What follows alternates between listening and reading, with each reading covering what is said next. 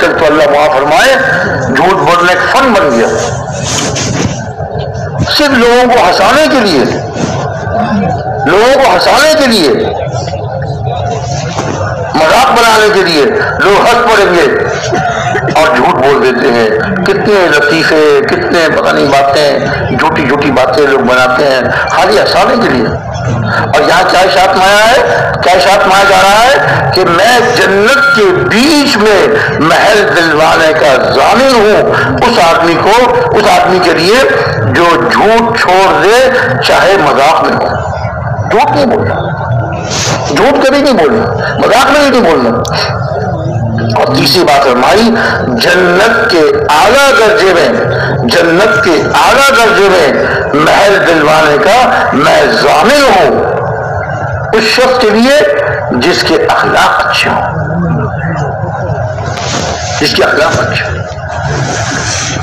عمدہ اخلاق والا، اچھے اخلاق والا،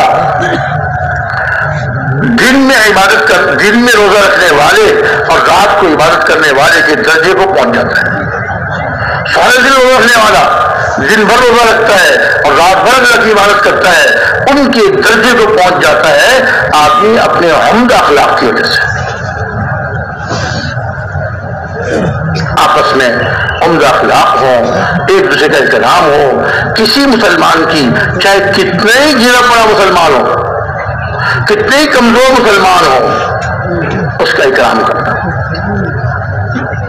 اور دین کے لیے، اللہ کی رضا کے لیے اس سے محبت کرنی، سینے سے لگانا ہے، سینے سے لگانا ہے، اس سے دین کی بات کرنی ہے، اس کو اللہ سے ملانا ہے، اللہ سے جوڑنا ہے، چاہے کتنے ہی دین سے دور ہو، کتنی برائیاں کر رہا ہے، کتنی برائیوں میں مبتلا ہے، گناہوں میں ڈوبا ہوا ہے، لیکن ہم نے اس لیے کہ یہ میرے اللہ کا بندہ ہے اور میرے نبی، میرے پیارے نبی صلی اللہ علیہ وسلم کا امتی ہے، ہمارے اکرام، ہماری محبت، ہمارا اچھا سلوک نہ معلوم کتنے لوگوں کو گناہوں والی زندگی سے نکال کر اور نیکیوں والی زندگی پر اللہ لے آئیں گے اس کو۔ ہمارے اچھے سلوک کی وجہ سے، ہمارے اکرام کی وجہ سے، ہمارے اللہ کی رضا کے جذبے سے، اس کا اکرام کرنے کی وجہ سے اللہ تعالیٰ اس کو گناہوں والی زندگی سے نکال کر اور نیکیوں والی زندگی پر لے آئیں گے۔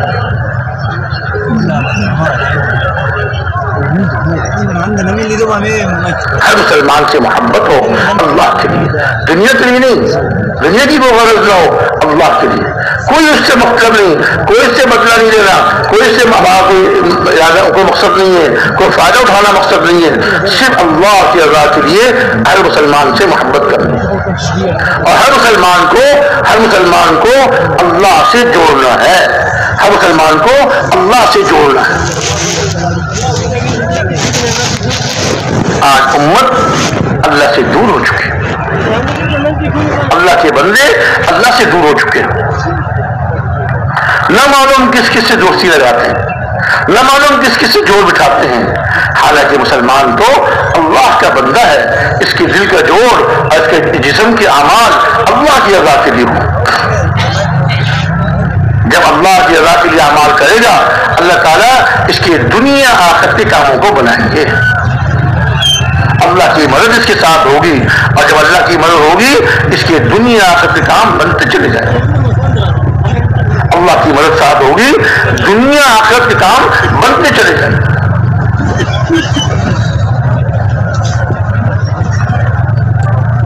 اور جو تو اللہ کے راستے میں نکل رہے ہیں بہت مبارک ہے ماشاءاللہ، بہت ان کی نیک بختی یا خوش بختی کہ لقد اللہ کے راستے میں نکل رہے ہیں، لیکن جیسے کہ ابھی تفصیل سے آپ نے بات سنی کہ اپنے وقت کی حفاظت کرنی ہے، اللہ تعالیٰ کے راستے میں نکل کر اپنے وقت کی حفاظت کرنی ہے، ہمارا وقت ضائع نہ ہو، ایک منٹ بھی ضائع نہ ہو۔ یہ وقت ہم نے اللہ کے لیے فارغ کیا ہے، کس کے لیے فارغ کیا بھائی؟ فرما دیجیے کس کے لیے فارغ کیا ہے؟ اللہ کے لیے فارغ کیا ہے۔ جو وقت اللہ کے لیے فارغ کیا ہے اس کی حفاظت، اس وقت کی حفاظت اپنے کاروبار کے اور اپنے دنیاوی مشاغل کے وقت سے زیادہ ہم نے اس کی بات کرنی ہے۔ اس لیے کہ اللہ تعالیٰ خوب دیکھ رہی ہیں کہ جو وقت میرے لیے فارغ کیا ہے اس کو کہاں لگا رہا ہے، اعمال میں لگا رہا ہے یا اس کو ضائع کر رہا ہے، دنیا کی باتوں میں، لایانی باتوں میں یا لایانی کاموں میں لگا رہا ہے، لایانی باتوں میں، لایانی کاموں میں لگا رہا ہے۔ اللہ پاک خوب دیکھ رہا ہے۔ اس وقت کی ہم نے خوب حفاظت کرنی ہے، اور وقت کی حفاظت اپنے آپ کو اعمال میں مشغول کرنے سے ہوتی ہے۔ ہر وقت اپنے آپ کو اعمال میں مشغول رکھیں، اجتماعی اعمال کا پورا اہتمام کریں۔ جس عمل میں شروع سے آخر تک شریک ہوں گے اس عمل کا پورا نور ملے گا، اس عمل کا پورا نور ملے گا۔ ادھورے شریک ہوں گے ادھورا نور ملے گا۔ اجتماعی اعمال کا پورا اہتمام ہو، اور انفرادی اوقات میں انفرادی اعمال کا، اپنے ساتھیوں پر بھی محنت کریں، آپس میں تعلیم و تعلم، سیکھنے سکھانے کا بھی ہمارا ماحول، اپنے ساتھ چلنے والے ساتھیوں پر ہم محنت کریں، اپنے ساتھ چلنے والے ساتھیوں پر محنت کریں۔ جو مجھے آتا ہے وہ دوسروں کو سکھاؤں، اور جو نہیں آتا وہ دوسروں سے سیکھوں۔ اور اسی طرح انفرادی اوقات میں اپنے انفرادی اعمال کا بھی پورا اہتمام ہے۔ صبح و شام کی تسبیحات، 3 تسبیح صبح کو، 3 تسبیح شام کو، قرآن پاک کی تلاوت، حفاظ کرام کم از کم 3 پارے اور غیر حفاظ کم از کم 1 پارا۔ اب تو رمضان شریف بھی قریب آ رہا ہے، شعبان کا مہینہ 1 دن میں شروع ہو جائے گا، پھر 3 مہینے رہے گی رمضان میں۔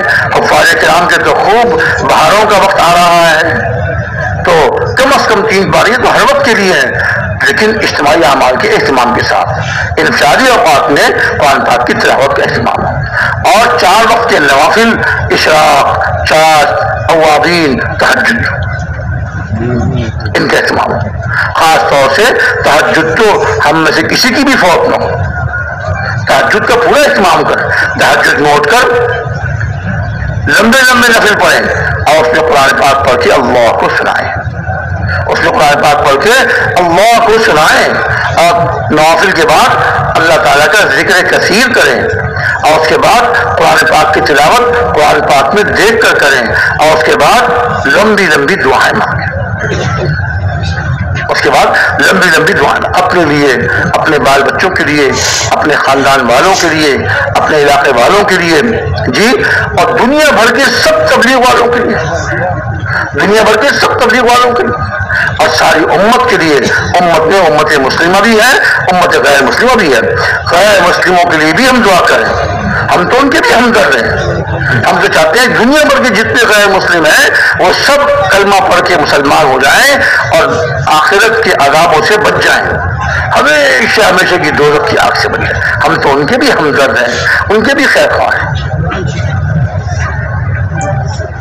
غیر مسلموں کے بھی ہمدرد، غیر مسلموں کے بھی خیر خواہ، کہ اللہ تعالیٰ ان کو ہدایت دے دیں، اور آخرت کی ہمیشہ ہمیشہ کی تکلیفوں سے، آخرت کی ہمیشہ ہمیشہ کی تکلیفوں سے، ہمیشہ ہمیشہ کے عذابوں سے اللہ ان کو بچا دیں۔ سب کی دعا کریں، ان کے لیے بھی دعا کریں۔ اہتمام فرمائیں گے نا؟ اور یہ جواب نہیں دے رہے آپ لوگ؟ انشاءاللہ انشاءاللہ دعاؤں کا خوب اہتمام کریں۔ اللہ تعالیٰ دعا مانگنے والے سے خوش ہوتے ہیں، اور جو دعا نہیں مانگتا اللہ تعالیٰ اس سے ناراض ہوتے ہیں۔ دعا مانگنے سے والے سے اللہ تعالیٰ خوش ہوتے ہیں، اور دعا مانگنے والے کی دعا اللہ تعالیٰ قبول فرماتے ہیں۔ بعض دفعہ تو دعا میں جو دعا مانگ رہا ہے، جس چیز کی دعا مانگ رہا ہے، اللہ تعالیٰ اس کو عطا فرما دیتے ہیں، وہی چیز عطا فرما دیتے ہیں۔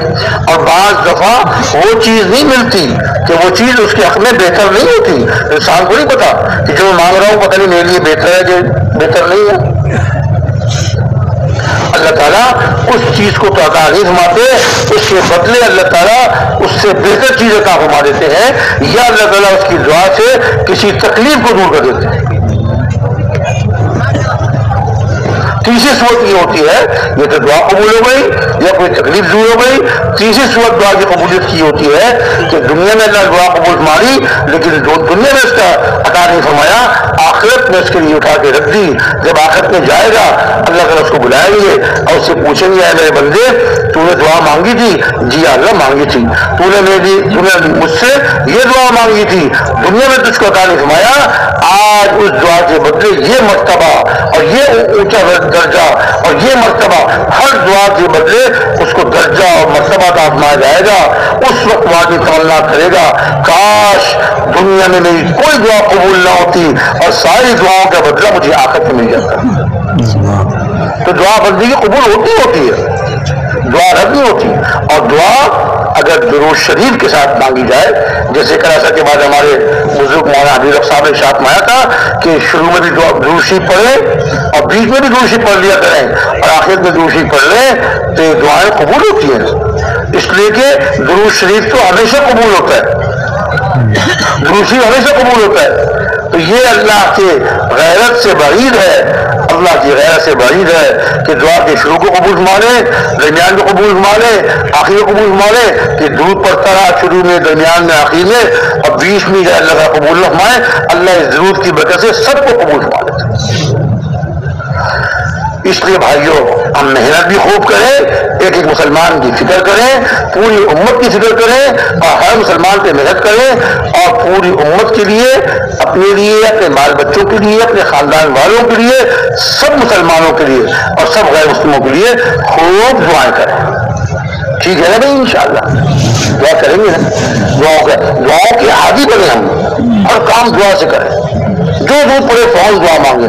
اللہ ہر وقت سنتے ہیں, اللہ تعالیٰ ہر وقت سنتے ہیں, ہر ایک کی سنتے ہیں. جو کام ہو اللہ سے مانگو, جو کام ہو اللہ سے مانگو. دعا کا اپنے آپ کو عادی بنا لیں, دعا کا اپنے آپ کو عادی بنا لیں, ہر وقت دعا کریں, ہر وقت دعا مانگو. چھوٹی ضرورت ہو, بڑی ضرورت ہو, چھوٹا کام ہو, بڑا کام ہو, سب اللہ سے مانگو. حدیث میں تو یہاں تک آتا ہے کہ جوتے کا تسمہ بھی ٹوٹ جائے, جوتے کا تسمہ بھی ٹوٹ جائے, اتنی چھوٹی سی چیز, اتنی بڑی چیز, یہ بات ایک اللہ سے مانگو. بھایا کہ جوتے کا تسمہ بھی ٹوٹ جائے وہی اللہ سے مانگو. ہر چھوٹی چیز, بڑی چیز, سب اللہ سے مانگو. اپنے آپ کو دعا کا عادی بنائیں, خوب دعائیں کریں. اللہ تعالیٰ قبول ماننے والے ہیں, اللہ تعالیٰ سننے والے ہیں. اللہ تعالیٰ مجھ کو بھی, آپ سب کو اور پوری امت کو اللہ تعالیٰ قبول فرمائے اور توفیق